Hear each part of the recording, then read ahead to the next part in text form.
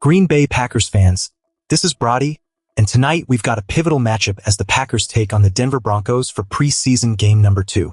But let's not get carried away with the idea of wins and losses right now. At this stage, it's all about individual evaluations, and there's a lot riding on how players perform in their positions. Before we dive into the details, I want to know where you're watching from and what you think about this crucial game. Drop your city in the comments. We're building this community toward 10,000 subscribers. So please subscribe and help us reach that milestone. Now let's get into it. The big talk around the Packers camp is who will step up in the defensive front, especially with the absence of Parsons. There's also a lot of speculation about who will solidify the starting 5 on the offensive line. However, my main focus is on the cornerback competition, which has become the hot topic among fans and analysts alike. With each passing day, this battle for the secondary starters is heating up, and Week 2 of the 2026 preseason might just provide the clarity we need. One player who is undoubtedly a roster lock is Javon Bullard, who has been making waves in his safety/nickel corner role. He's not part of today's discussion since his spot is firmly secured. For a deeper look at his impressive training camp performance, check out my previous breakdown.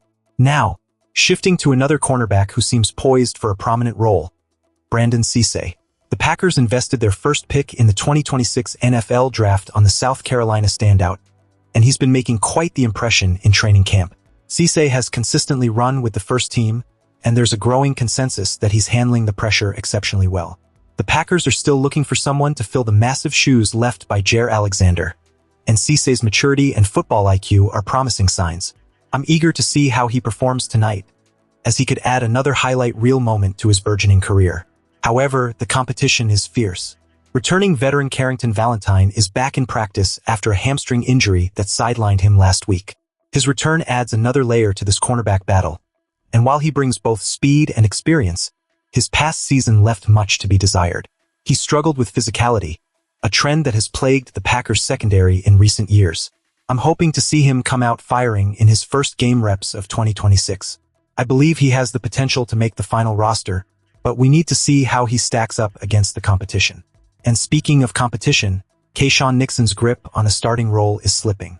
His performance last week was underwhelming, and with every passing day, the pressure mounts.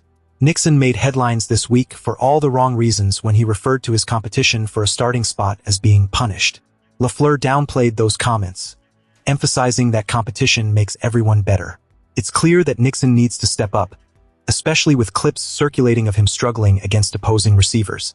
As we look beyond these two, we have some exciting rookies vying for spots on the final roster. Domani Jackson, a highly touted rookie from Alabama, is recovering from an injury but possesses elite speed.